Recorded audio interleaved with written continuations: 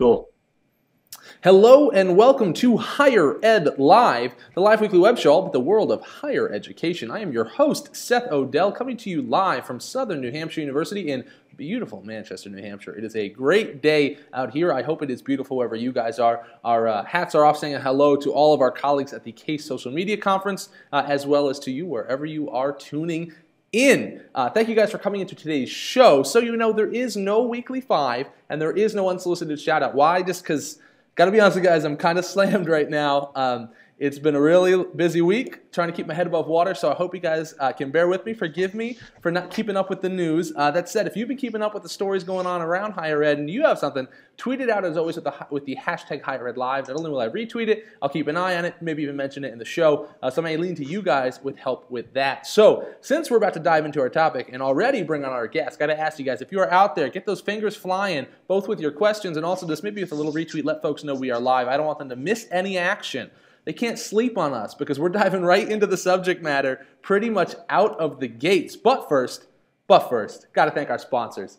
So thanks to Integral, the creators of the Schools app on Facebook, a private Facebook community to boost enrollment and retention. Check out their free white paper on the social side of student retention. That link went out of Twitter. If you're following the hashtag, well, you've seen it. Also, thanks to our sponsor, the one and only Omni Update, the leading web content management system CMS provider for higher education. The company's web CMS, OU Campus. It's secure, it's scalable, great tools, features, deployment flexibility, and even an awesome user community. Keep an eye out on Twitter because they sent out a new report. If you didn't see it last week, go back and make it happen and check it out. So it's a great survey on communication expectations of college-bound high school students. And finally, thanks to Scavenger, a Google-funded mobile game. I'm going to slow it down for you, about going places, doing challenges, and earning points. Check out a recent article from the Chronicle of Higher Ed on how Dartmouth College admissions utilizes Scavenger for fun admissions events and tours. Pretty cool stuff going on there. So what is today's show all about? It's about the future of PR in higher education. It's a topic that's near and dear to my heart. Some of you may know I started back in the day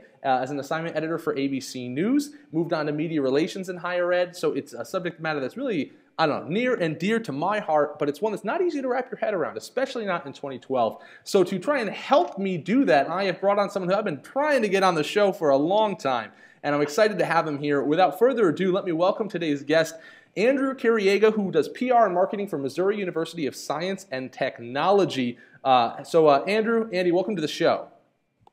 Hey, thanks. It's great to finally get on the show with you, Seth. I know we've both been anxious to talk about this and some other topics, so I'm just thrilled. This is a topic near and dear to my heart as well. Awesome. Well, I am so excited to have you here. As soon as I thought about tackling this topic, there was nobody else I wanted to do it with and to have this conversation. So now I've obviously been someone who's been kind of connected with you through online conversations for many years now, but for folks maybe that are tuning in for some reason aren't familiar, can you just give us a little bit of background on your background, what you're up to today, so folks know the context in which you're sharing your expertise with us when we're tackling this topic? Sure, glad to. Well, first of all, I need to tell you that I sort of had this whole news junkie thing in my veins from the get-go. I come from a family that was, they were voracious readers of newspapers. I remember when I was a little kid visiting my grandparents in St. Louis, they subscribed to both the St. Louis Post-Dispatch and the St. Louis Globe-Democrat. They would read the Globe-Democrat in the morning, and then they'd go to work at the shoe factory, then they'd come home and they'd read the Post-Dispatch in the afternoon. So it was always there. The newspaper was always present. I love newspapers. I always have, and I still do. I went into journalism and was hoping that I would have a career in newspapers, but we know how that turned out. I'm now in public relations, communications. You might even say a little bit of marketing and branding. So I got my bachelor's degree in journalism from the University of Missouri J School in Columbia, Missouri. Shout out to Mizzou, the world's oldest J School, founded in 1908. Worked for a small daily newspapers for a few years, loved it, crazy hours, busy. Then I got married and realized there are other things in life besides working all the time, so got into public relations, working for a small organization, a nonprofit. And then I got into higher ed in 1991 at this institution, which was then known as the University of Missouri-Rolla. And at that time, I got into higher ed because I thought I wanted to be more focused in writing. It didn't last very long because, as we all know, everything has just morphed into so much else. And now our office is a communications department which is responsible for a much broader full-service operation. Everything from internal communications to marketing, PR, strategic communications across all platforms, web, print, video, still photography. So and that's the nutshell. And when you talk about all the services you guys do, I mean, it brings up, I think, something that's really important for us to maybe try to tackle first, which is what is PR? And I'm not trying to work the show way up here, but I think it's important for us to put a little bit of context into what is public relations, because I think it does mean different things to different people. So from your experience, how do you view what PR is if you're explaining it to somebody, just so we know kind of what's the framework, where is this conversation, what's the sandbox we're trying to play in when we talk about this subject? Right, great question, Seth, and it's a tough one to answer, honestly, and sometimes maybe we need to turn that on its ear and ask, what is not PR these days in communications, in marketing? Things are morphing so much. But I think my short definition is public relations is about establishing relationships, public relationships with various publics or audiences to accomplish the goals of the institution. And it's all about influence. It really is. It's all about getting your information to the right audience and essentially asking three questions. Who is your audience? What do you want your audience to do? And how are you going to get them to do it? So that's kind of the PR approach that if I were to boil it down.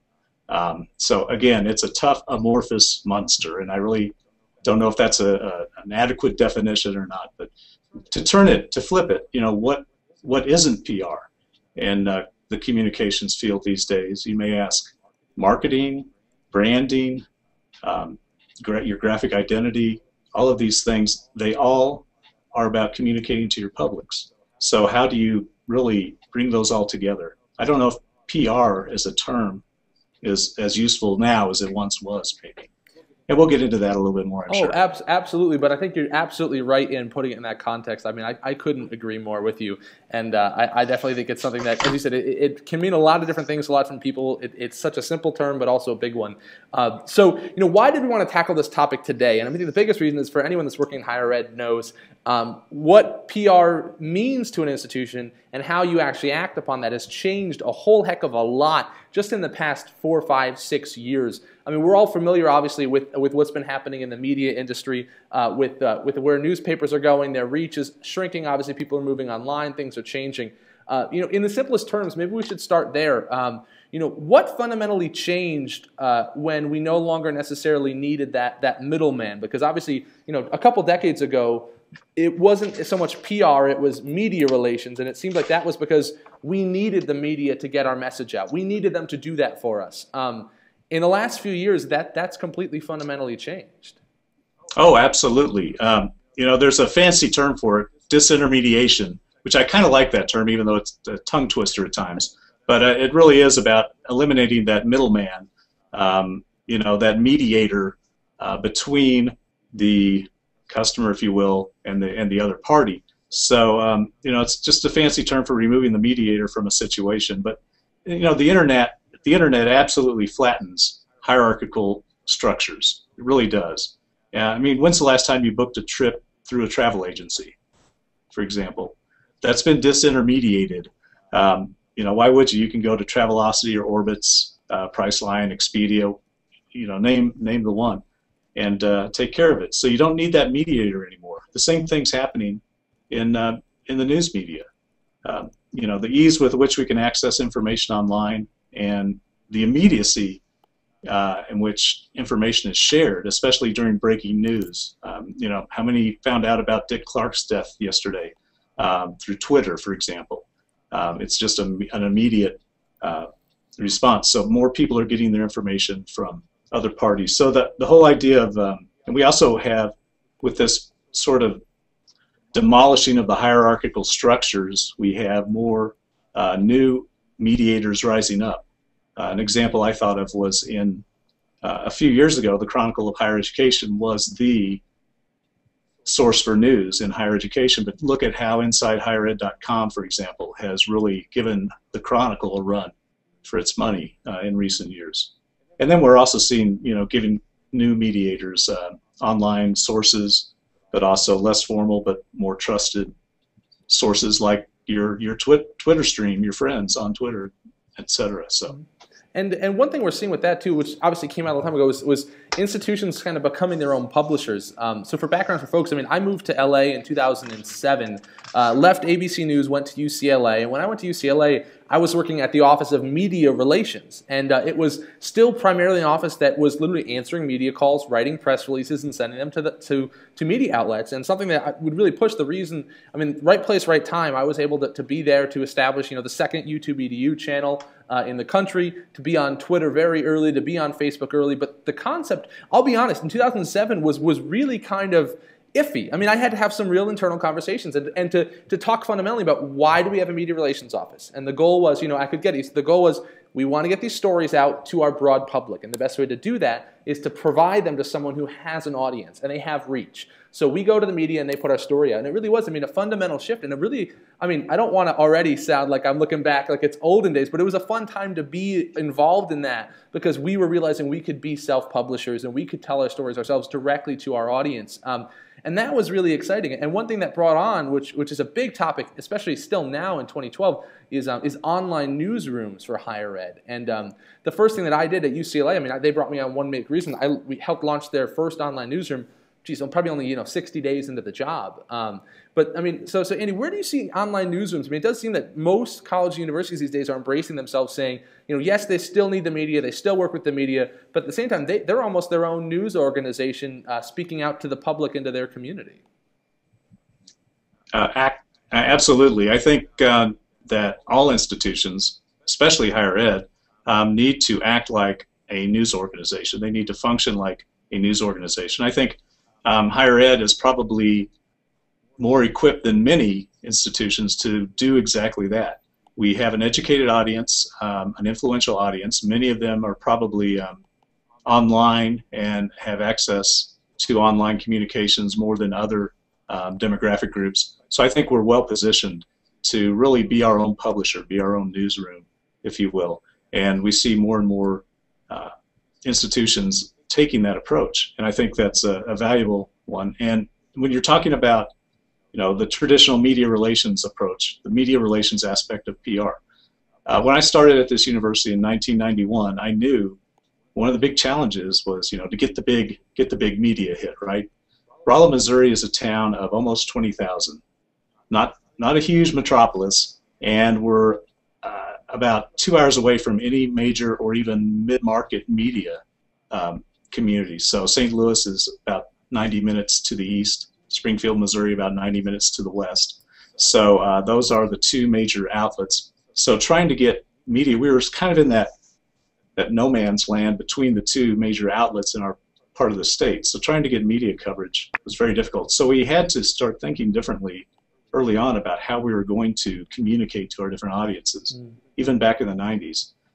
So we've always tried to have that aspect. And one thing I did want to mention, Dan Forbush, who you and I spoke about and who we were hoping to have join us today, was the founder of ProfNet years ago and now is at Skidmore College in New York. And I remember going to a conference in the late 90s, soon after ProfNet was established. That was essentially a clearinghouse whereby universities could submit press releases that could then be distributed or made available to thousands of journalists. So after he founded ProfNet, that was one of the first experiences I had with online media relations. He said in this conference, he said, what we're experiencing right now is the cusp of a revolution. And in a revolution, kings lose their heads. Therefore, think like a peasant. And that's always stuck with me. The peasants are the network people. The kings are the ones that have, they've taken control, they've consolidated, they're used to the old established order.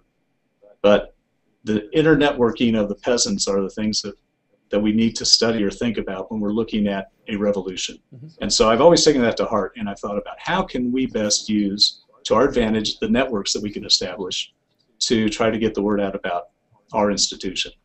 And when you bring that up, talking about extending your networks, I do want to pull up a question that came in for you, coming in from Mike Petroff, and it is a really good one. And it just says, with PR, is it becoming find the biggest influencers that will share our content? And And I think it is and isn't. And I'll say one thing before I pass it to you that's interesting is that as someone who was in media relations, I knew, even my last role before I came to SNHU, one of the things I still do is media relations for the School of Public Affairs. It's about cultivating relationships. But at the time it was cultivating relationships with producers and journalists. Do you see any that is it still that same fundamental issue, but it's just maybe, you're now cultivating, as Petrov's saying, relationships with people that are influencers. And now it doesn't matter who writes their checks or if their blog is homegrown or if it's part of a newspaper, but it does seem that element is still absolutely in play.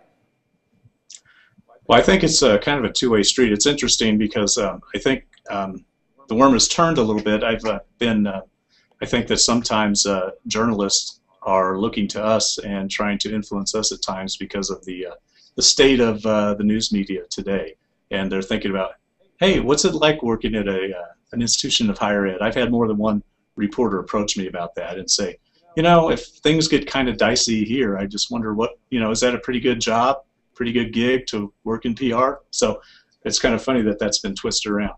So I agree with Mike. I think what Mike is saying is that, yes, well, I agree. Let me take it back for a moment and say I do agree that we still must work to influence those who are in the media. I think it's still a vital and important part of our role.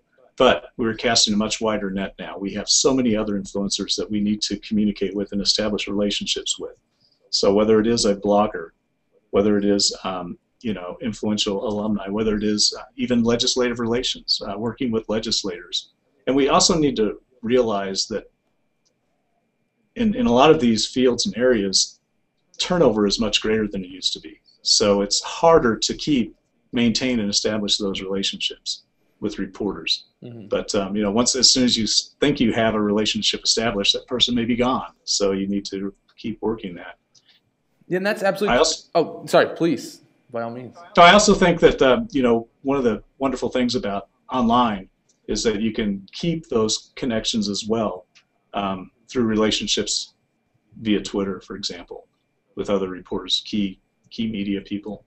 Yeah, I don't think it's absolutely true. And again, it is, they said there's still a huge value in traditional media.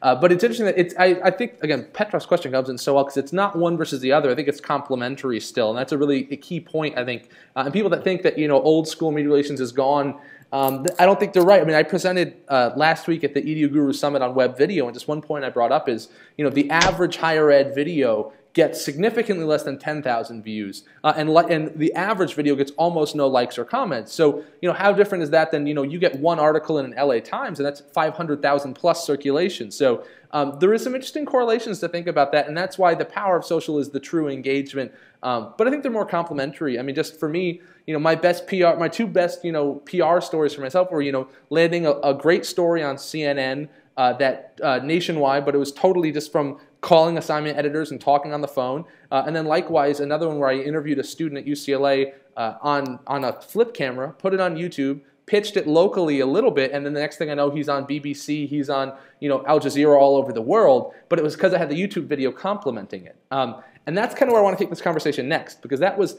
a social component complementing a pitch that was still a pitch. So anyway, what is up with press releases? Because a lot of people like to try to throw those under the bus. What's the role of press releases today in higher ed? Are they still valuable? Are they changing? Where do you think they're at right now? Well, I think it depends on what your goals are in terms of the press release. Is it the end all or the be all? It is not for your media, whether it's a media relations effort or communicating to your various audiences. I think press releases and other content that is generated by a PR office or whatever we want to call ourselves these days is still important. But sometimes the role of press release is not to attract media attention so much as to use it to get your own story out there to your key audiences and to other audiences, and to raise awareness through SEO, the search engine optimization, the keywords that you include in your press releases, to try to raise awareness of your website, for example. Again, I think a lot of it depends on what you're trying to do, what your goals are as a PR unit. For us, we always go back to what are the university's goals, and how can we support those in terms of increasing enrollment, in terms of retention, in terms of fundraising, in terms of attracting additional research funding. So those are things that we've done. You mentioned the YouTube video. It's funny because one of our videographers created what he said was the most boring video ever of a researcher demonstrating, and I'm not even going to try to explain to you what it was he was demonstrating, but demonstrating a process. And it has received the most hits on YouTube and has also resulted in additional funding from a funding agency as a result, because all the people in this field thought it was fascinating. Tom, the guy that did the video, thought it was just, boring, but yeah, I'll do it. I'll take care of it, and it's been great. So, you never know sometimes what's going to happen. But getting back to your point about the social component with a pitch, I think it's very important to realize that press releases have a life beyond the media, and press releases should be, or the content, let me just put it that way, maybe stripping the package or the nomenclature off of it and talking about content instead of just press releases. Can we talk about that? Then we have other uses for that same information. So I think reusable content and finding the right venues for those pieces of content is vital today for higher ed. And I totally agree. You're hitting on the video point is one that, again, that's just so close to me with the fact that, especially with video, with the power of search, that people are looking for this video, especially when you're talking about taking something that's very niche before and you could only get it into specialty publications, something that's very, very technical, and the general media doesn't want it. But now putting it online, people can search for it and find it. And that's been really powerful. But one thing that led to, for instance, at UCLA, if I'm being completely transparent, was I was doing a lot of these videos out of the media relations office, and we had a separate marketing unit. So I want to open the conversation up a little bit and talk about how do you view colleges and universities right now structuring PR as far as organizationally with offices? Because again, at UCLA, for instance, we had media relations and then we had marketing. Here at SNHU, we pretty much have marketing, and that's the umbrella for everybody. But again, going back to a lot of large institutions, when you go look at your large systems, especially your UCs, your SUNYs, a lot of times it won't just be central media relations for a campus. It's even within that, within different schools, it's within different departments. But it seems, are there any common trends? Because that's when, to me, it seems that it's almost every person I talk to, their university might approach PR totally differently, depending on if it's owned by media, owned by marketing, if there is a PR unit, or if every individual department's kind of on their own. Oh yeah, when you ask about trends, I don't know if I can point to a single trend, because, like you're saying, it's all over the board, really, right now. And the issue about PR and marketing, I think, at least a decade ago, we started hearing much more about marketing in the higher ed sphere than we did when I started in the 90s. In the 90s, we talked a lot about media relations and, public relations and publications for student recruitment and the quarterly alumni magazine, or, however, twice a year or however often it went out. So, we've evolved, and I think part of that was pushed by technology and pushed by the web to look more broadly at what we can do, what the web allows us to do. Although it took us a while to figure it out. It took us a while to get it, and I don't know if we've even gotten it yet, but I think we're slowly getting a clue in terms of that, the possibilities with online. Sorry, what was your question again? Well, that's really just where it's looking at. It seems to me, I agree with you. There's no trend. It's about where does this fall. And I think that the challenge with that is that, it seems to me that opens up a lot of potential struggles for different institutions, depending, who owns PR. Because again, media relations, what's one of the main goals? Most likely, it's branding, for instance. We want to just increase the name recognition of our institution. That sure sounds like that could be a marketing goal too. Clearly marketing might be supporting, recruitment numbers, but also wouldn't the admissions office be doing that? And it seems a lot of times, this goes back to the old siloed argument. I'm not trying to make anything, pull that out, but I'm saying, it seems like the goals for media relations and the goals for marketing together are kind of what makes PR, and it's just interesting to me, how different institutions approach that. Right. I think I take a perspective that the umbrella is branding, and that serving the brand identity for the institution involves all of those functions. It involves PR, involves marketing, involves media relations, etc., strategic communications, crisis communications. You know, it only takes one crisis to really screw up all your marketing efforts or all your branding efforts. Yeah. It really does.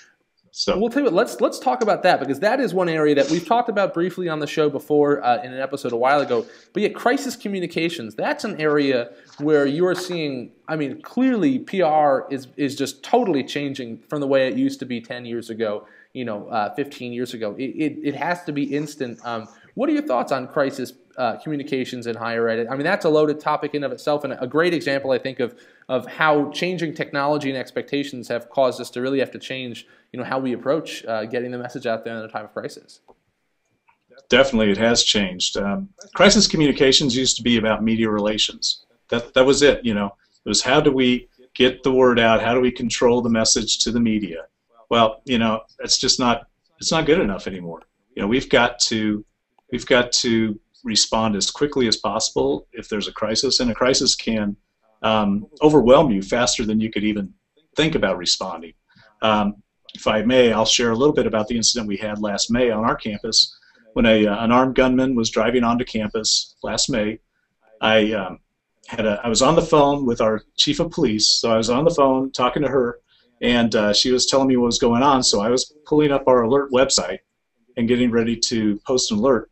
One of our admins comes into the office saying that she just saw on Facebook somebody said that there's an armed gunman on campus.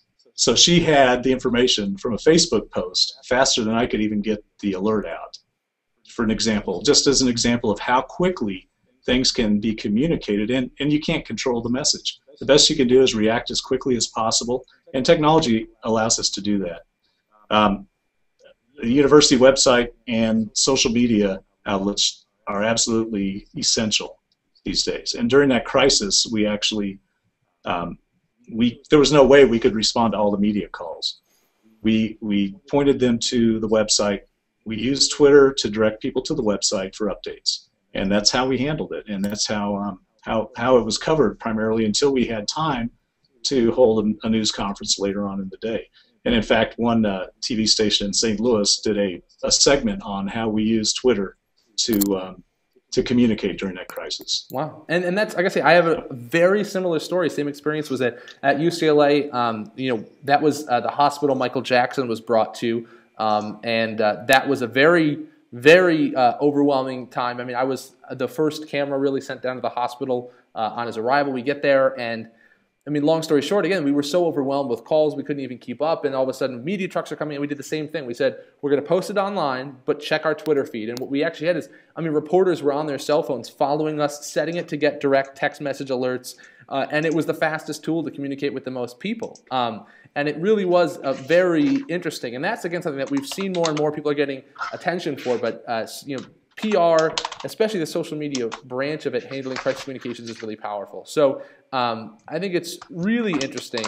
And what I want to do is ask probably the most loaded question of the show. So I'm gonna preview that. I'm sending the tweet out with the question. I'm sorry. We're out of time. No. Go ahead. This is the question that I wanted to ask you more than anything. It's just going out on Twitter, so now we have to cover it. I want to ask you, given crisis communications, given all these things, should the PR office own social media for colleges and universities? Should they have the trump card and be the final editors for the social voice? Given the power and the magnitude of it and the ability to support PR goals, should PR own social media in higher ed? Well, you've put it in a context here about if there were a crisis. Absolutely, PR needs to be the responder, the communicator during that time.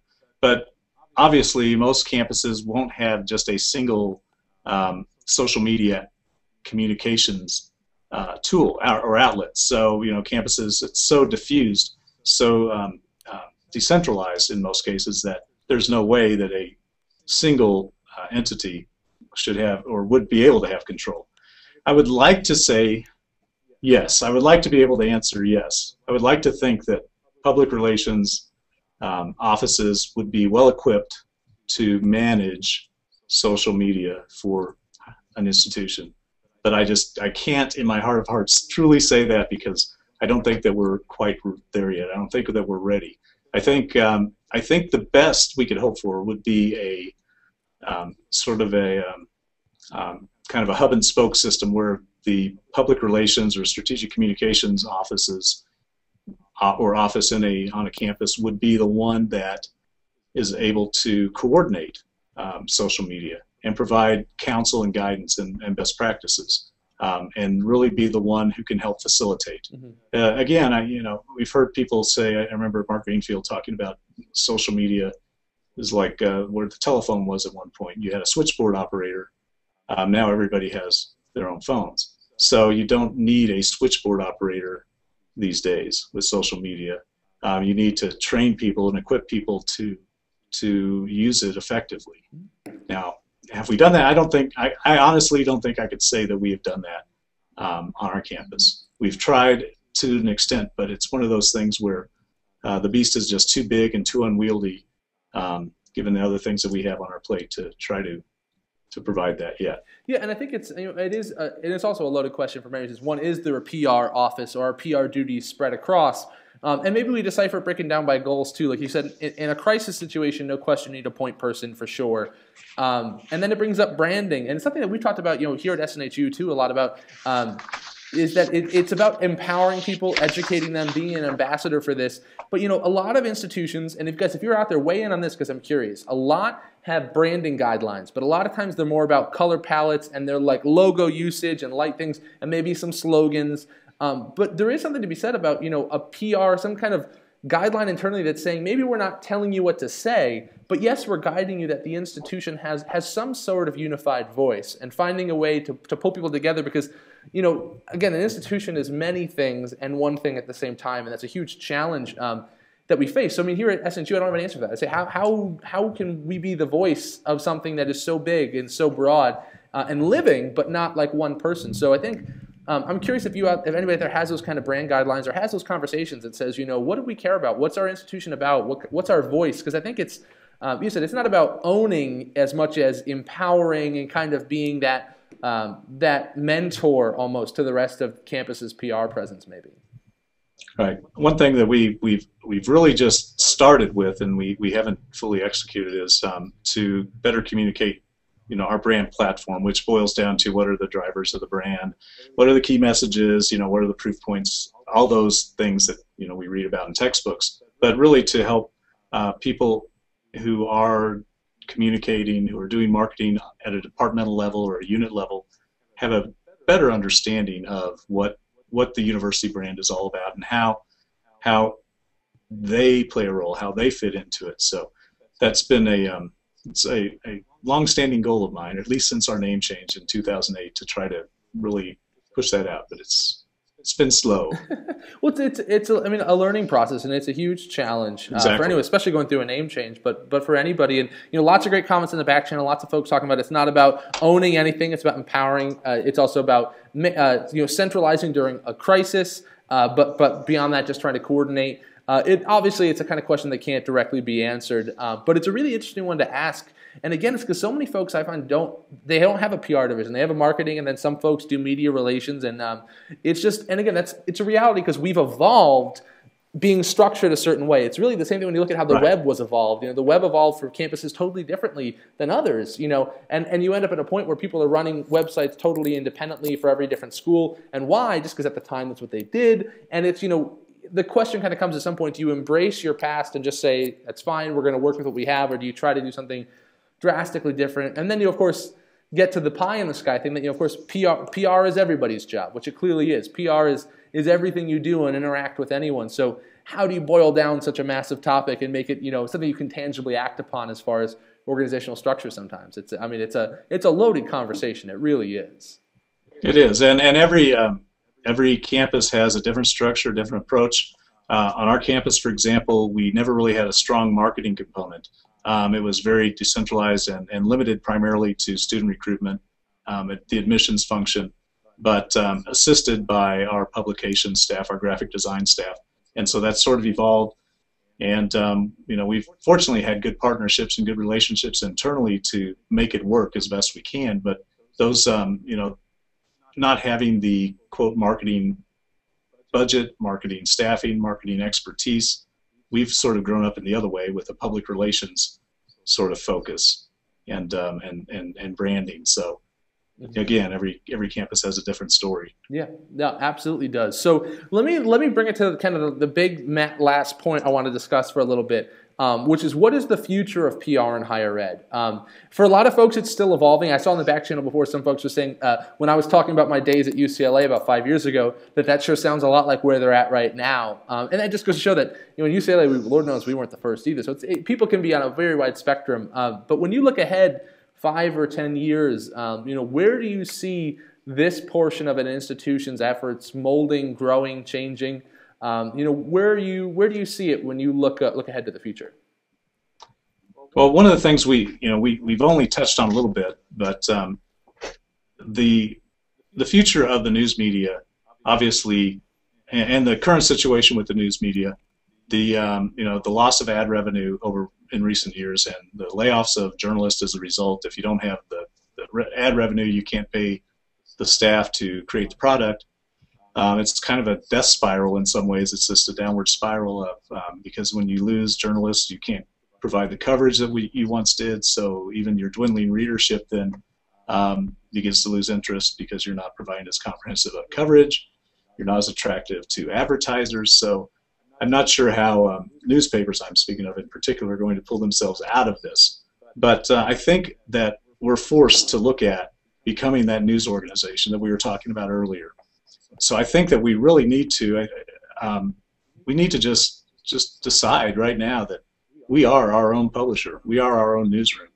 We are the news organization for the University of X. So we need to just accept that reality and continue to provide the services that we do with media, because those are still vital and valuable to certain audiences, but more and more take control of our own destiny and move forward with doing the things that we can in terms of being our own news organization, our own news outlet, telling our own stories to those audiences. It gets back to the same goals. And I wanted to say also about marketing and PR, I think we share the same goals. We share the same objectives. We want to address the needs of our audiences. We also want to influence those audiences, and we want a certain response from those audiences. So we need to work together to do that. And I think if we realize we're in the same boat with that, then that will help in terms of finding common ground in that regard. And I would say, I got to just jump in and say you're totally dead on right that it's something Georgia Cohen from me kind of says all the time too, but it's time to kind of own that we are our own publisher. I totally agree. If nothing else, that's a tangible step to say that it's time to own that and say yes. We're going to do that, whether it's through a certain online newsroom or another way. I think it's totally important to do that, and I think you'd agree that I find that people that do that only increase their traditional media relations too. I mean, telling your own story online. Back in, again, 5 years ago, some traditional news organizations wouldn't always like it if the story was already out online. They wanted to be the first to have it, but now I find it seems, and this is just from my own perspective, that it seems like people almost sometimes like it when something's been proven successful online. Like, okay, the article's out, people are tweeting it. I'm going to jump on and cover it, and it's almost like a testing ground. So I think not only is it important to do it on a institutional level just because we should, and because we should be empowered to utilize the tools to better tell our story, but if you even care just about old school PR, I think you'll perform better as far as we used to try to do it just by embracing that and telling your own story today with the different channels available to do so. Right, and by doing so, it requires a paradigm shift in your thinking, or at least it did for me. So you're not writing to an audience of journalists anymore. You're writing to, or writing or filming or broadcasting, choose your discipline. You're not just targeting that small, narrow audience anymore. You don't have to write everything in the inverted pyramid style, for example.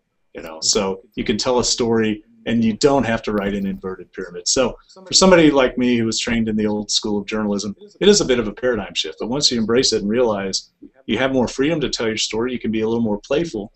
Your audiences are even more forgiving because they kind of already love you, you hope, or at least like you somewhat, if they're your alumni, your supporters, your current students, and they want to know why. They want to know why this is such a great place. They want to know the great stories. And they want to feel like they're connected to a winner. And so by doing that, you're going to have that support. You're going to have some great support. So it's a different, again, it's a huge shift in the old school thinking. So I'm one of the old school guys, so I can tell you, that it doesn't happen overnight, but I'm a convert now. I think I'm sold on it. Yeah. But I do want to touch on a couple other things regarding the future of PR. So I think public relations needs to be much more active and involved and assertive in terms of being the advisor for strategic communications to the upper management of an institution. If we don't have a place at the table, we need to find a place at the table where decisions are made, where discussions are made, and then we need to be that trusted advisor. In the past, often when something was happening, the administration would go to legal counsel first. I would love to see the day where the administration always goes to their communications people first and talk through what are the communications ramifications of this, what could happen if this becomes a big story, or how should we communicate this. And I think we're also, I think public relations has traditionally been very tactical, and we need to learn how to be strategic thinkers. We need to think along the lines of what are the goals, not just, oh, wouldn't it be neat if we wrote about this, or if we did a video about that. There's nothing wrong with great story ideas, because those drive the brand.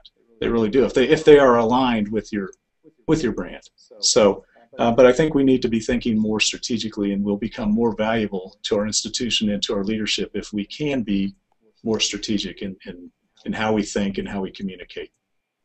And often that's not easy, because often we work with people who tend to see us as a tactician, in a tactical role. So it's a matter, again, of changing that paradigm as well. Mm-hmm. Yeah, you're absolutely right, and it's a real challenge. Having a seat at that table is so important.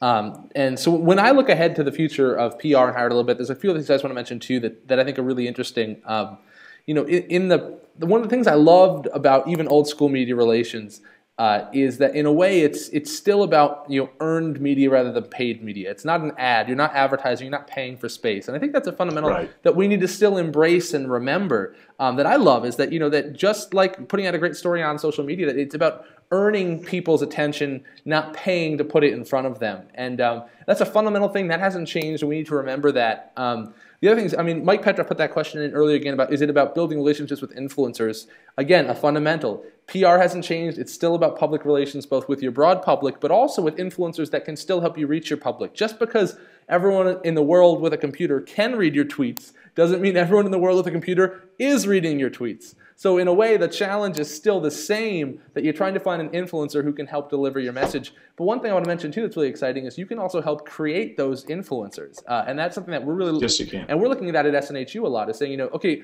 how can we help build our brand within certain buckets, right? Within a bucket of business or accounting or game design or other areas of writing where we have a real big depth and a deep bench.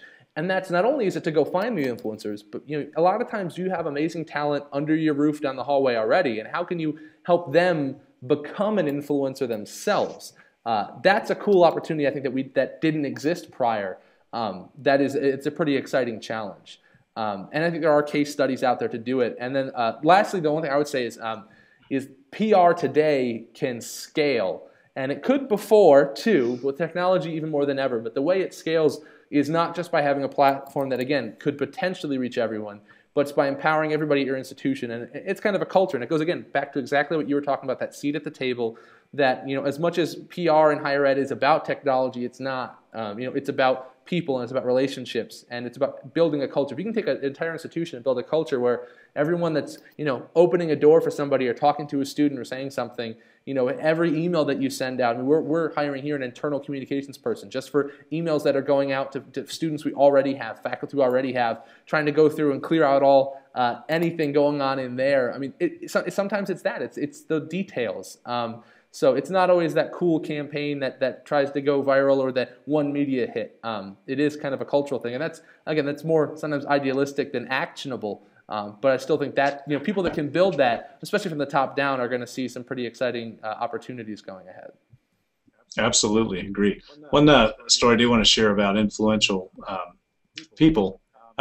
We have a privilege of having Jack Dorsey, co-founder of Twitter, is one of our alumni. went to school here. And I've made the point before that Jack has about twice as many followers as the New York Times has subscribers. So if you want to talk about an influencer, maybe getting our name mentioned in a tweet from Jack could be even more powerful than a one-day story in the New York Times. You know, it's just something to ponder, something to think about in terms of that reach. Mm-hmm.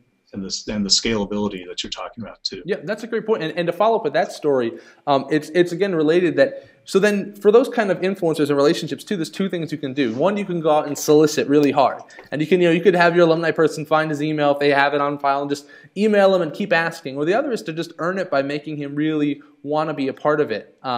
Just kind of a side story to that. I was up, back in January, I think it was, up at Ben & Jerry's headquarters in Vermont, meeting with their head of social mission, met with Jerry, and I ended up spending part of the day, too, with one of their heads of PR, and I asked them, I said, if you guys eat Ben & Jerry's ice cream, first off, great social mission, doing really cool things to make the world a better place. I asked them about their celebrity flavors, like, they have Late Night with Jimmy Fallon, they have a Colbert. They've never solicited celebrity for a flavor. The celebrities always come to them.